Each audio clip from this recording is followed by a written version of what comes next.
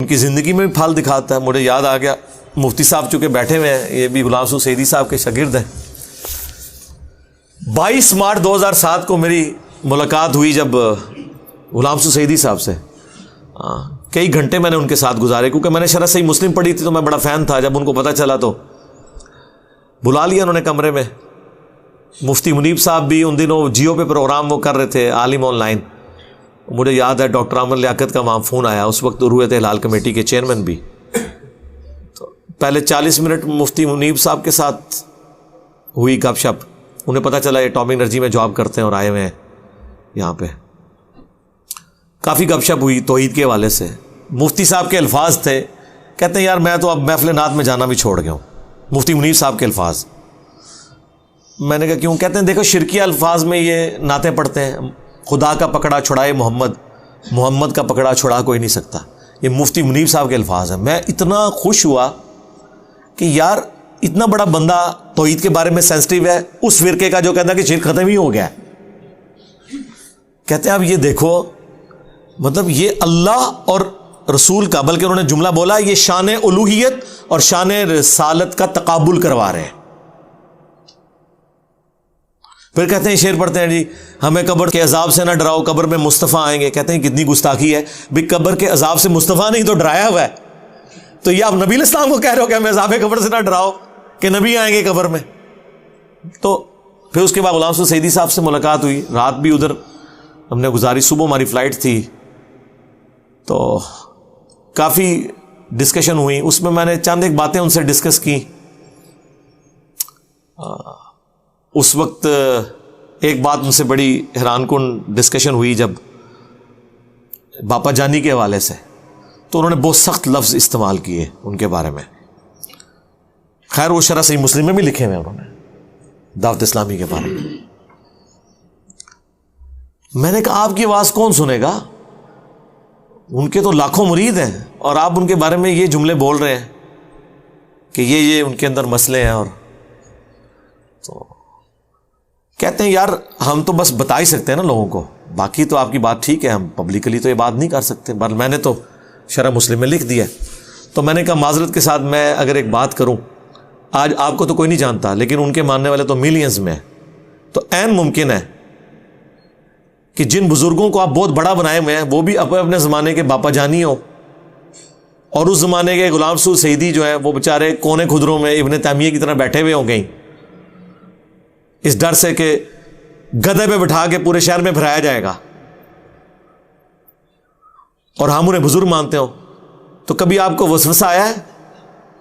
کہتے ہیں انجینئر صاحب کبھی کبھار مجھے بھی ایسا لگتا ہے کہ ایسا ہو.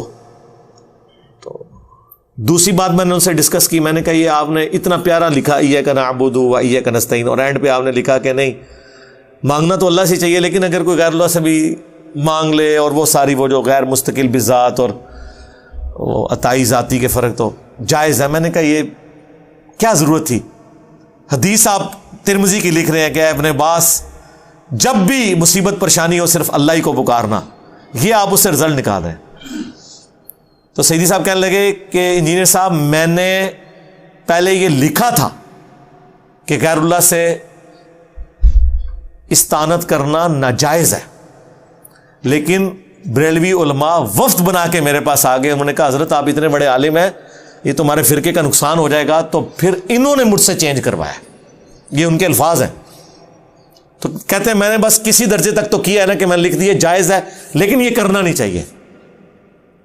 اتنا پریشرائز بعض اوقات بندہ ہو جاتا ہے مسلکی پریشر اور باقی چیزوں میں سے. خیر اس وقت تو لوگ ان کو کہتے تھے یہ بڑا لبرل قسم کا مولوی ہے اور یہ ہے وہ ہے. آج لوگ جناب کہتے ہیں جی بڑی ان کی کنٹریبیوشن ہے جی, تھنک آؤٹ آف باکس کیا ہے انہوں نے, اور انہوں نے جدید مسائل کے اوپر قلم اٹھایا ہے. اعلیٰ حضرت سے بھی اختلاف کیا ہے معاملات کے اندر, داڑھی کے مسئلے میں, اور اسی طریقے سے عبدالحق محمد جیسے دہلوی سے اختلاف کیا ہے داڑھی کے مسئلے میں کہ مٹھی واجب نہیں ہے, مٹھی سنت ہے. مٹھی سے کم بھی ہو تو داڑھی درست ہے, لیکن سنت یہی ہے. انا فتحنا لک فتحا مبینا, سورہ فتح کے ترجمے میں انہوں نے اختلاف کیا. اعلیٰ حضرت نے ترجمہ کیا تھا تیرے صدقے سے تیرے اگلوں اور تیرے پچھلوں کے گناہ. ٹھیک ہے, اس پہ میری آپ ویڈیو دیکھ لیں. بہرحال آپ آواز جب بلند کرتے ہیں تو اس کے اثرات اس وقت نہ نکلیں، بعد میں ضرور نکلتے ہیں۔ مودودی صاحب کو ان کی زندگی میں اتنی دنیا نہیں جانتی تھی، آج کتنی دنیا جانتی ہے۔ ان کی ایفرٹ سے لاکھوں لوگ مسلمان ہو چکے ہیں، لیکن ان کو بھی نہیں پتا۔ یہ ابو امینہ بلال فلپس جو امریکن نیشنل ہیں،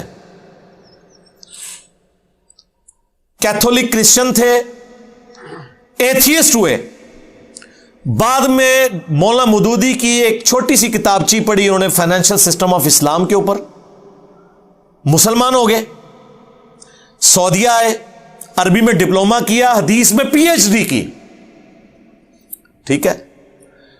اور پھر جب امریکن فوج آگے بیٹھی سعودیہ میں، بیٹھی کیا بلائی تھی انہوں نے، تو میں ان کو کہتا ہوں تمہارا تو ایمان یار عبد المطلب والا بھی نہیں ہوا ہے۔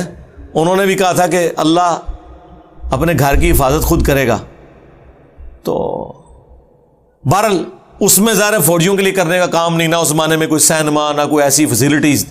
پھر انہوں نے وہاں کلچرل میلے کیے کچھ، اس میں انہوں نے اسلام کو ایز اے کلچر وہاں دکھایا، اور پھر ابو امینہ بلال فلپس کو کہا کہ آپ بھی امریکن ہیں تو آپ یہاں نا ان کو تھوڑا سا اسلام کے بارے میں بھی بتا دیں، ایز اے کلچر، ریلیجن نہیں۔ سعودیہ کا تو کلچر ہی اسلام ہے نا، دین سے ہٹ کے بھی کلچرل تو ادھر کا دین اسلام ہی۔ تو اس میں کئی امریکن فوجی مسلمان ہوئے، وہ واپس گئے، انہوں نے کئی لوگوں کو مسلمان کیا، 10,000 تو وہ فگر خود بتاتے ہیں، امریکن فوج میں 10,000 کے قریب لوگ مسلمان ہوئے، ایک چین چلنے سے جو ابو امینہ بلال فلپس نے شروع کی، اور وہ خود مسلمان ہوئے تھے مودودی صاحب کی کتاب پڑھ کے، اور مودودی صاحب کے مرنے کے بعد، ٹھیک ہے۔ میں تو بڑی خواہش کرتا ہوں کہ کاش اتنے قیمتی لوگ اس زمانے میں ہوتے، تو ہم تو ان کی پوڈ کاسٹ ریکارڈ کرتے ہیں آنے والی نسلوں کے لیے۔ حقیقت بات ہے، اتنی قیمتی شخصیات کوئی زیادہ دور نہیں گزری، لیکن اس زمانے میں ظاہر اتنے ریسورسز نہیں تھے، اب ریسورسز اویلیبل ہیں، اللہ کا شکر ہے۔